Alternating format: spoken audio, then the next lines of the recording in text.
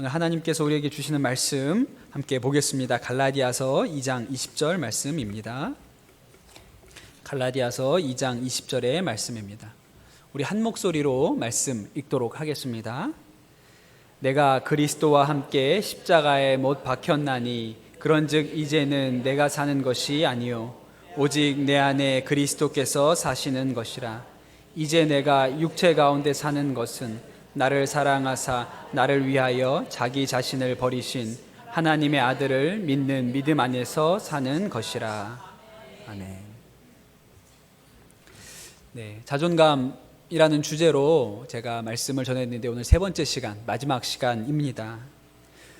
첫 번째 시간에도 말씀드렸던 것처럼 우리가 사는 이 세상은 자존감에 대해서 굉장히 관심이 많습니다. 심리학에서도 굉장히 중요한 주제예요. 그래서 여러분께서 마음만 먹으신다면 자존감과 관련된 책이나 글이나 또 강연이나 얼마든지 많이 찾아보실 수가 있습니다. 그냥 간단하게 여러분 인터넷에 들어가셔서 자존감 높이는 법이라고 검색하시면 수도 없이 많은 정보가 뜹니다.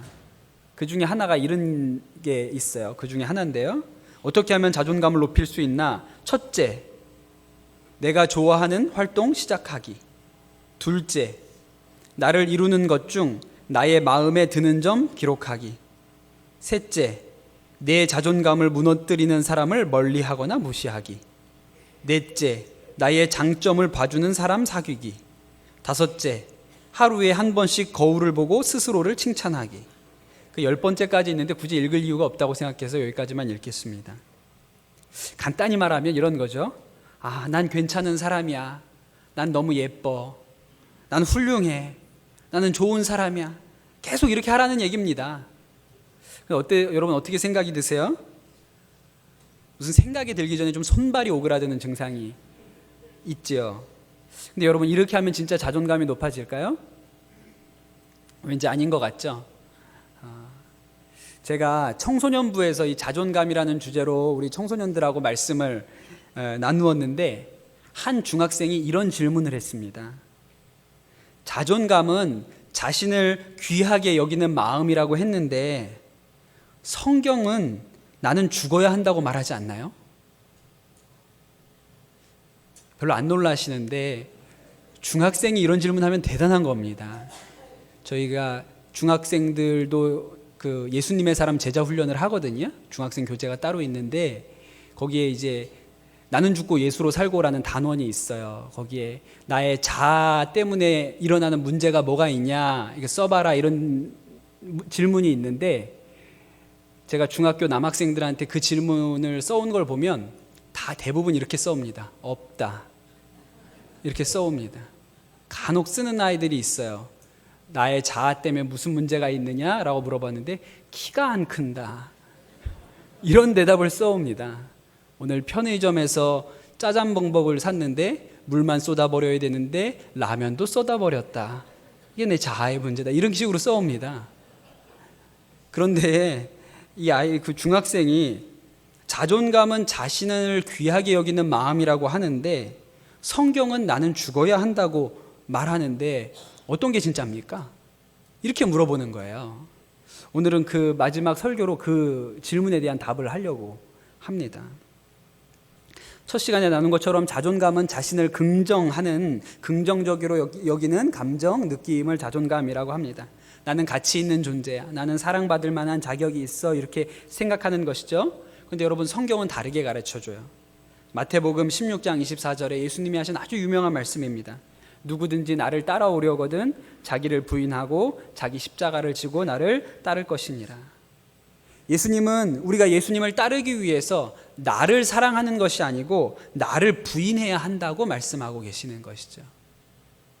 그러니까 우리가 믿고 있는 진리는 자존감에 있어서는 별로 도움이 안 되는 것 같은 생각이 듭니다. 그래서 실제로 심리학자들 중에 기독교가 건강한 자아 정체감을 형성하는데 장애가 된다라고 설명하는 사람들도 있습니다. 왜냐하면 우리는 우리 자신을 귀하게 여겨야 하는데 교회에는 성경은 우리를 죄인이라고 단정하니까 이렇게 해서 어떻게 자신을 귀하게 여길 수 있겠느냐라고 생각하는 것이죠. 여러분, 우리가 이런 성경이 가르쳐주는 말씀과 이 자존감 사이에서 우리가 어디에 우리를 위치시킬 수 있습니까? 오늘날의 심리학이나 심리치료의 바탕에는 사실은 자기 사랑이 깔려 있습니다. 그래서 자존감이 중요한 거예요. 자기 사랑에 이란 기반 위에 세워져 있기 때문에 자존감이 굉장히 중요한 개념입니다. 부정적인 자신의 인식을 극복하는 것이 심리치료입니다. 나를 부정적으로 생각하게 했던 어린 시절의 상처나 부정적인 경험들을 내가 인식하고 그것을 극복해서 나를 사랑하도록 만드는 것, 그것이 우리가 알고 있는 심리치료입니다. 그런데 성경은 반대인 거예요. 다짜고짜 우리가 너는 죄인이야 라고 단정을 하는 것이죠. 그러니 여러분, 이 성경과 심리학 사이에 괴리가 올 수밖에 없습니다. 오늘 우리가 읽은 말씀은 아주 분명하게 이 괴리에 우리가 어떻게 반응해야 되는지를 가르쳐 줍니다. 갈라디아서 2장 20절에 여러분 너무 잘 아는 말씀이죠.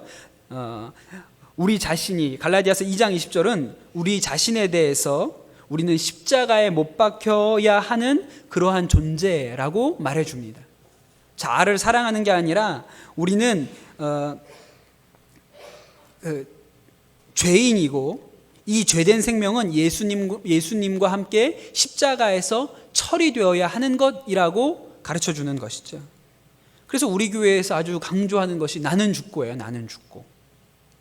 그런데 이게 다가 아니죠. 나는 죽고로 끝나지 않고 나는 죽고 예수로 사는 것이 남아 있습니다. 그럼 여러분, 예수로 사는 것은 무엇일까요?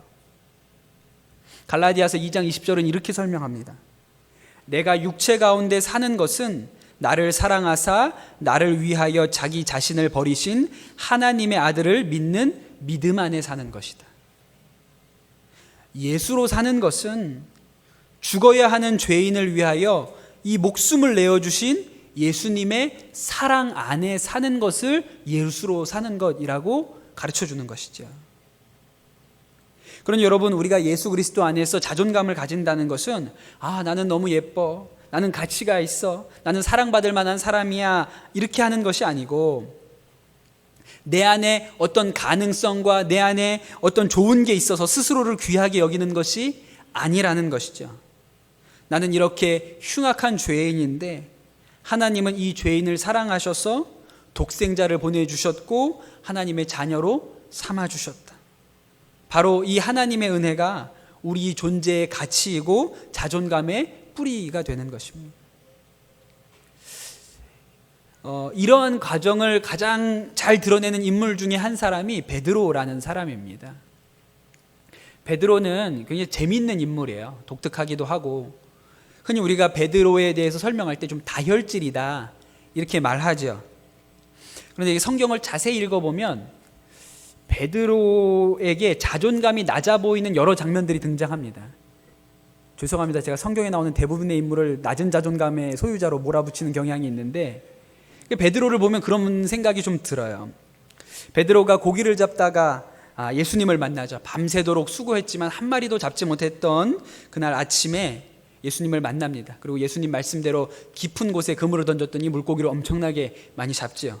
그리고 나서 베드로가 예수님께 했던 말을 기억하십니까? 뭐라 그랬죠? 주여 나를 떠나소서 나는 죄인입니다 그랬어요. 일반적으로 교회에서 이 본문을 베드로의 신앙 고백이라고 가르쳐줘요. 그 베드로가 예수님의 신적인 능력 앞에 본인이 죄인인 것을 깨달았다고 그렇게 우리가 설명을 합니다. 베드로의 고백이라고, 신앙적인 고백이라고 이해를 하죠. 그런데 이후로 말씀을 읽어보면 베드로가 예수님을 따라다니면서 정말 자신을 죄인이라고 여겼는지는 좀 의심스럽습니다. 그날 고백은 했는데요.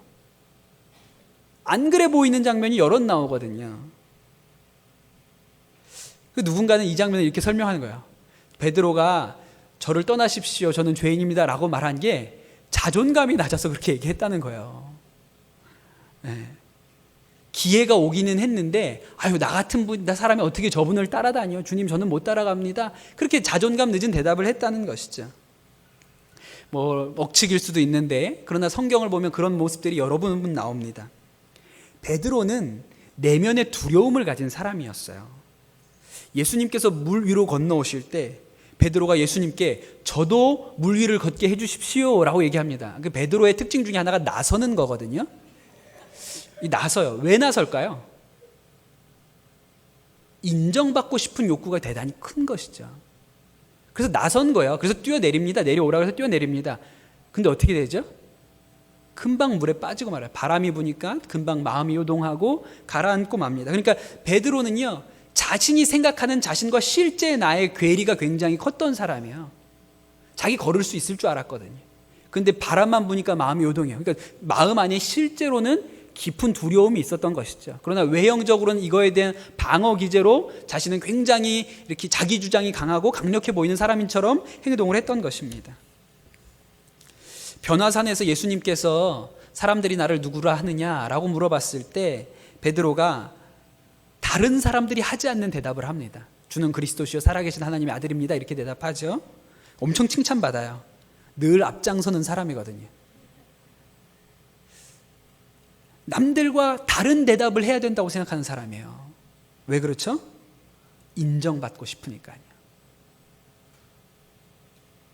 예수님께서 처음으로 자신이 십자가에 매달려 죽으실 것에 대해서 예언하셨을 때 베드로가 뭐라고 그럽니까? 예수님, 절대로 그런 일은 생겨서는 안 됩니다. 강력하게 주장한 것이죠. 뭘 보여주고 싶었을까요? 자신의 충성심을 예수님 앞에 보여주고 싶었던 것입니다. 예수님이 잡혀가시는 날에도 그 마찬가지였어요. 베드로가 뭐라 그랬냐면, 모두가 주님을 버릴지라도 나는 결코 주님을 버리지 않을 것입니다. 이렇게 얘기하죠. 이 말은 굉장히 재밌는 말인데요. 베드로가 볼 때 다른 놈들은 다 버리고 도망갈 놈들이라는 거예요. 나는 아니고요.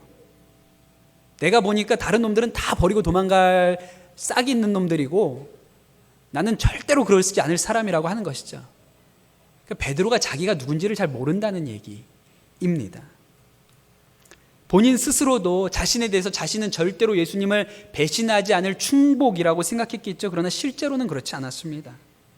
자신이 생각하는 나, 자신에 대한 이상과 현실의 나가 굉장한 괴리가 있었던 사람이에요. 베드로는 결국 도망갔고 예수님을 3번 모른다고 부인했고 숨어서 예수님이 십자가를 지고 가시는 모습을 지켜볼 수밖에 없었습니다. 이게 베드로예요. 여러분, 베드로가 이렇게 자존감이 낮은 베드로가 어떻게 자존감을 회복했을까요? 자신의 내면 안에 있는 긍정적이고 진취적인 기상을 발견했기 때문에 그의 인생이 바뀐 걸까요? 그렇지 않습니다. 아니면 베드로가 심리치료를 받았겠습니까? 어느 날부터인가 닭고기를 먹기만 하면 두드러기가 나기 시작했는데 왜 그럴까? 내 기억 속을 더듬어서 무의식을 더듬어서 그때 이 닭에 대한 상처 때문에 그 이후로는 닭고기만 먹으면 두드러기가 나는구나. 그 닭이 3번 울던 밤 그날 이후로 내가 닭고기를 먹으면 자꾸 두드러기가 난다. 그걸 발견해서 치료했던 것이 아닌 것이죠. 도리어 베드로는요, 자신의 문제, 자신의 한계, 내가 생각하는 나와 진짜 나가 완전히 다른 존재라는 것을 직면하는 데까지 나아갔습니다. 야, 이게 나구나. 이 형편없는 게 나구나. 이 죄성이 나구나. 그걸 인정할 수밖에 없는 상황까지 몰려갔던 것이죠. 그래서 이 베드로가 나는 안 되는구나. 내가 생각했던 그런 사람이 내가 아니구나. 내가 사랑한 건 예수가 아니라 그저 나였구나. 그렇게 절망하는 자리까지 갔던 것입니다. 결국 베드로가 부활하신 예수님을 만났음에도 불구하고 그 스스로에 대한 절망을 극복하지 못하고 예수님을 떠나서 다시 고기 잡으러 돌아갔던 것이죠. 그런데 여러분, 베드로의 인생의 변화는 그 뒤에 온 것입니다. 자신에 대한 긍정이 아니라 자신에 대해서 절망했을 때 나 안 되는구나. 난 아무것도 아니구나. 그런 베드로에게 예수님이 다시 찾아오셨던 것이죠. 생선을 굽고 떡을 빚어서 베드로를 먹여주신 거예요. 나는 아무것도 아니라고 생각했는데, 나는 그냥 무익한 존재라고 생각했는데, 예수님은 여전히 내가 너를 사랑한다 라고 와서 몸으로 그것을 보여주신 것입니다. 그게 베드로의 자존감의 뿌리인 것이죠. 자신에 대한 긍정이 아니라 여전히 나를 사랑하시는 예수 그리스도의 사랑이 그의 자존감의 뿌리가 되는 것입니다. 저는 지금도 제 20살을 앞둔 겨울, 강남 고속버스 터미널에 처음 내렸던 그날을 지금도 생생하게 기억납니다.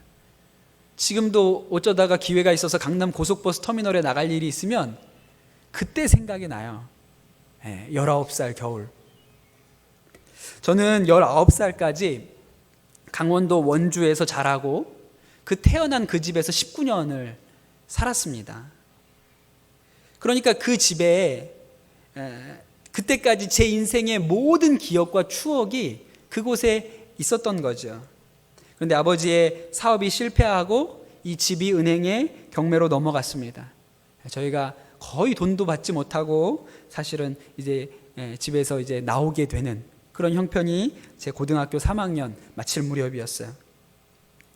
서울에 올라와서 5 식구가 지하 쪽방에 살림을 새롭게 시작해야 됐습니다. 제가 20대라고 이제 대학도 가야 되고 이런 출발점에서는 굉장히 가혹한 상황이었던 것이죠. 그런데 그냥 집만 없어진 게 아니고 내가 지금까지 알고 교제했던 모든 사람도 다 사라져버린 거고, 내가 행복하다고 기억했던 내 유년 시절의 기억도 다 사라져버린 거예요. 그리고 제가 아주 자존심 강한 아이였는데 그 카랑카랑했던 자존심도 그 옛날 살던 집에 그냥 묻어놓고 와야 되는 그런 형편이었죠. 그것이 굉장히 그 당시에 힘들었습니다. 저에게.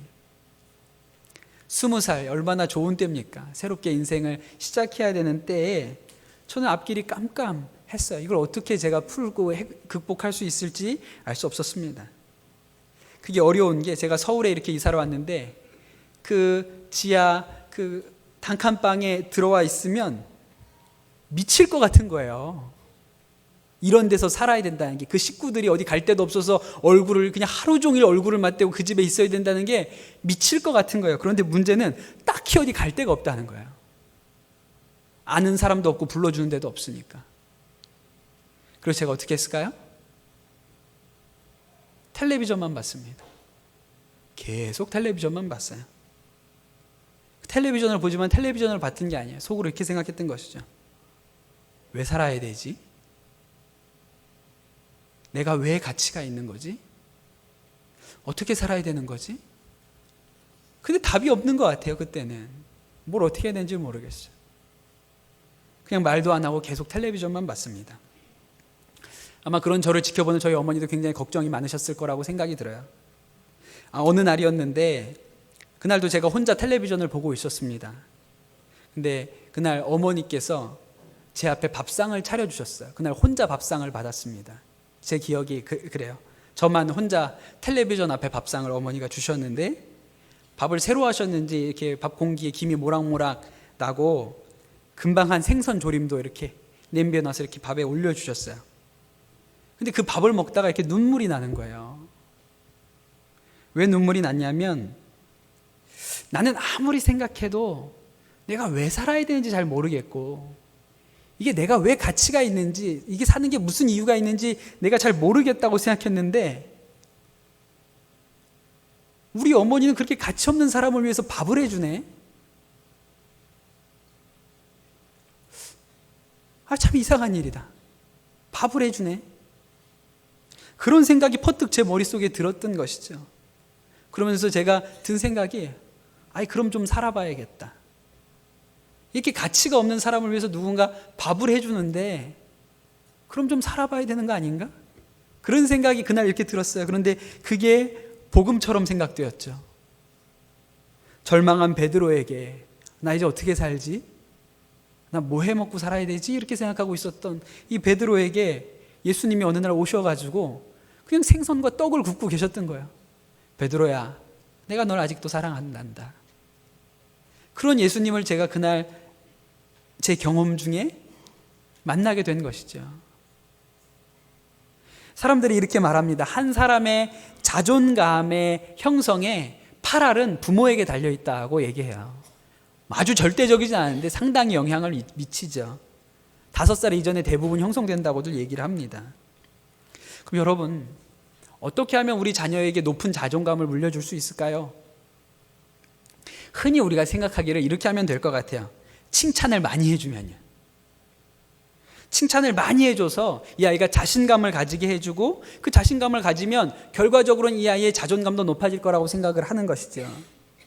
그러나 전문가들의 의견에 따르면 실제로 그렇지 않다고 합니다. 도리어 지나치게 잦은 칭찬을 받으면서 자란 아이는 놀랍게도 상대적으로 낮은 자존감을 보인다는 거예요. 왜냐하면 사람이 칭찬에 익숙해지면 어느 순간 남의 의견에 기대게 되고, 다른 사람으로부터 인정받아야만 내가 존재할 만한 가치가 있다고 느끼게 된다는 것이죠. 이게 칭찬의 역설입니다. 다른 사람으로부터 인정을 받아야만 성취감을 느끼는 그런 자립적이지 못한 태도가 생길 수 있다는 거예요.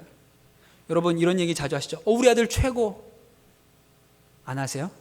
그 7세 이하한테는 가끔 합니다. 우리 아들 최고, 우리 딸 천재야.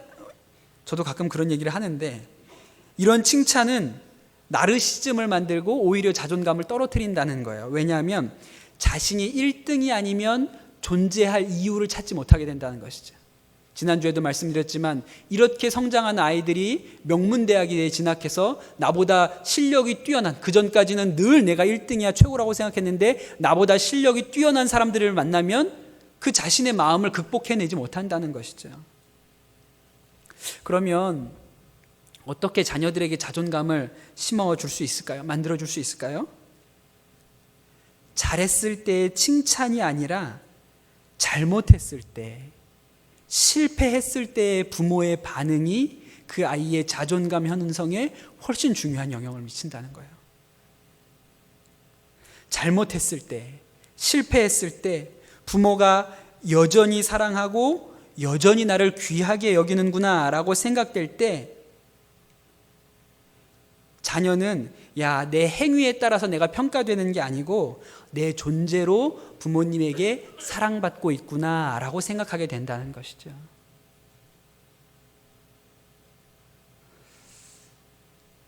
마치 실패하고 절망하고 고기 잡으러 갔던 이 베드로에게 예수님께서 여전히 사랑하고 있다는 것을 보여주셨을 때, 베드로가 그 사랑 때문에 그의 무너졌던 마음이 회복되었던 것과 같은 원리인 것이지.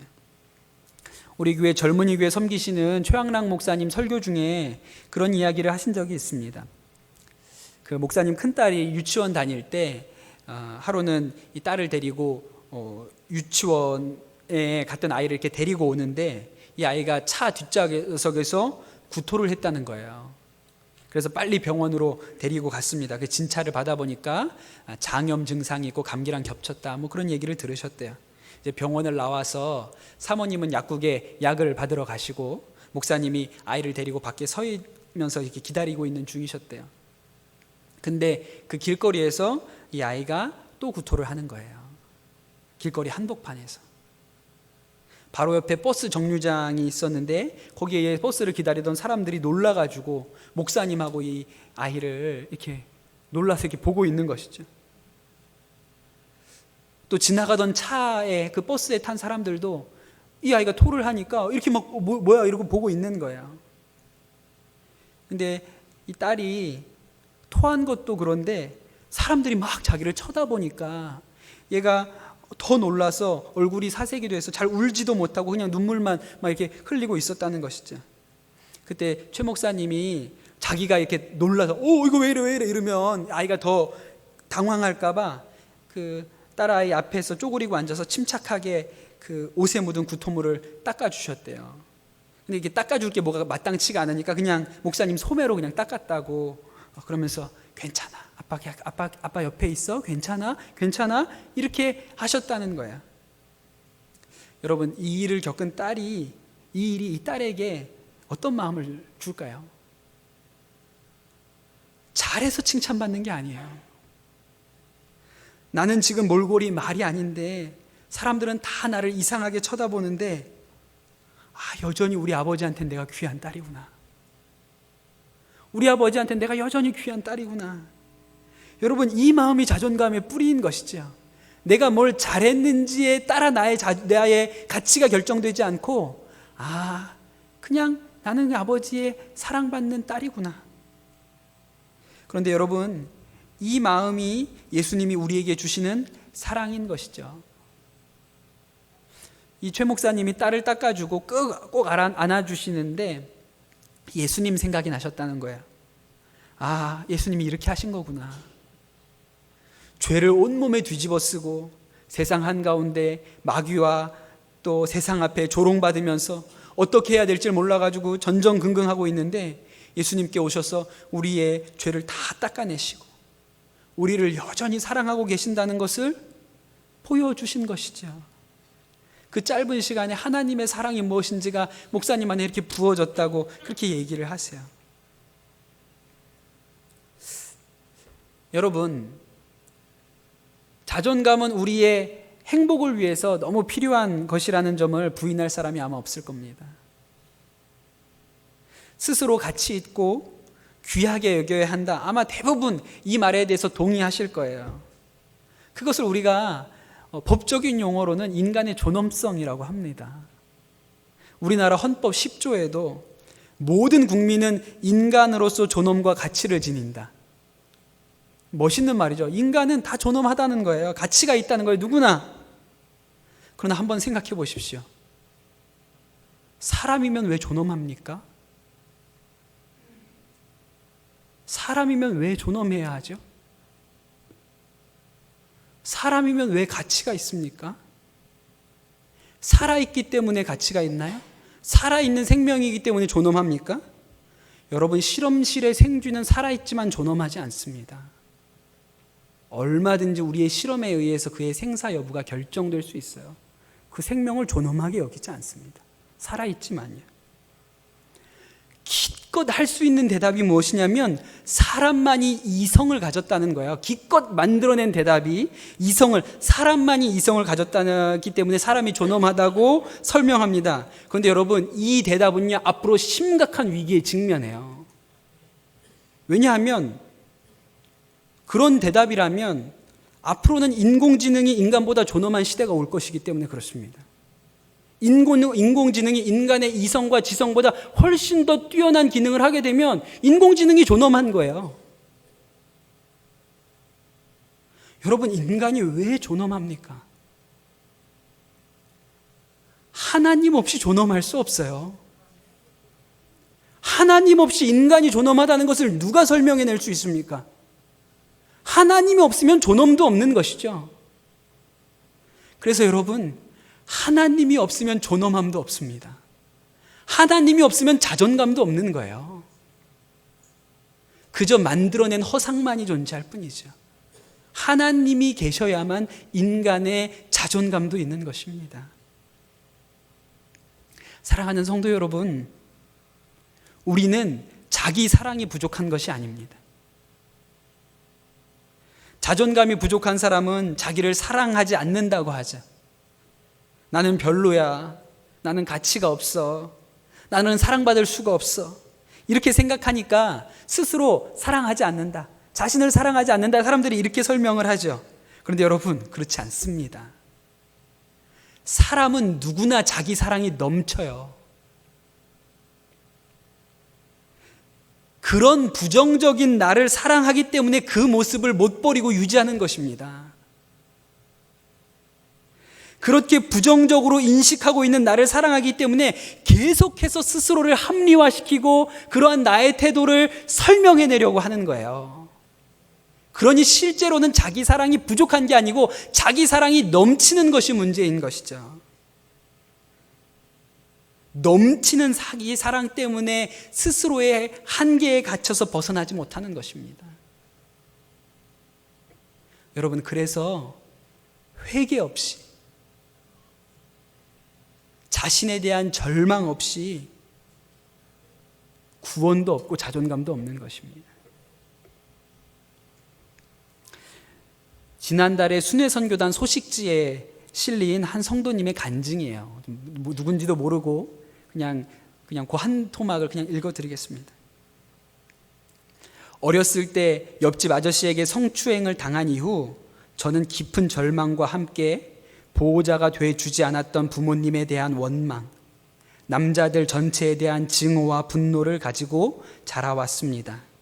결혼을 했지만 제 안에 남자에 대한 무시, 무너진 아버지에 대한 이미지는 부부 관계에 금을 내었습니다. 병든 자아는 가정에서 난동을 부리며 분노와 혈기를 쏟아내게 하였습니다. 교만, 미움, 화, 온갖 잡것들이 다 쏟아져 나왔습니다. 그것을 직면할 때마다 너무 비참하고 절망스러웠습니다. 그것이 저의 죄된 실상이었습니다. 그러나 저는 2000년 전 십자가에서 예수님과 함께 죽었습니다.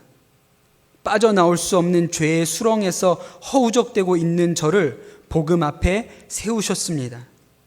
주님께서 새까만 죄의 옷을 영광의 옷으로 갈아입히셨습니다.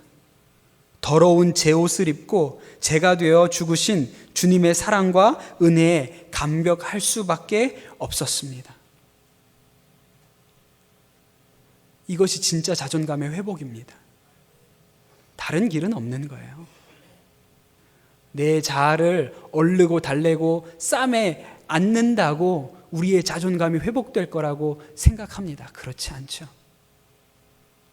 회개 없이, 나 자신에 대한 절망 없이 자존감은 만들어지지 않습니다. 여러분, 우리가 어떻게 자존감을 회복할 수 있습니까? 제가 지난주에 말씀드렸죠. 우리의 연약함을 고백하는 것이 우리의 자존감입니다. 십자가 앞으로 나아가서 우리의 죄를 인정하고 엎드리는 것이 우리의 자존감인 것이죠. 그리고 첫 번째 시간에 말씀드린 대로 하나님의 눈으로 나를 보는 것입니다. 이 죄인을 위해서, 이 쓸모없는 자를 위해서 예수님이 죽으셨구나. 그래서 내가 새 생명을 얻었구나. 하나님의 자녀가 되었구나. 할렐루야. 그것이 진짜 자존감이 생기는 원리인 것이죠. 사랑하는 성도 여러분, 십자가 없이는 자존감이 없습니다. 하나님 없이는 인간의 존엄함도 없는 것이죠. 여러분, 십자가에서 여러분 우리의 자존감이 회복되기를 축복합니다. 거짓 자아 우상을 섬기는 것으로 우리의 만족을 여기지 아니하시고 예수 그리스도의 십자가 앞에서 여러분 하나님의 참된 사랑과 은혜 가운데 우리 성도님들의 자존감이 회복되시기를 예수님의 이름으로 축복합니다. 우리 같이 찬양하겠습니다.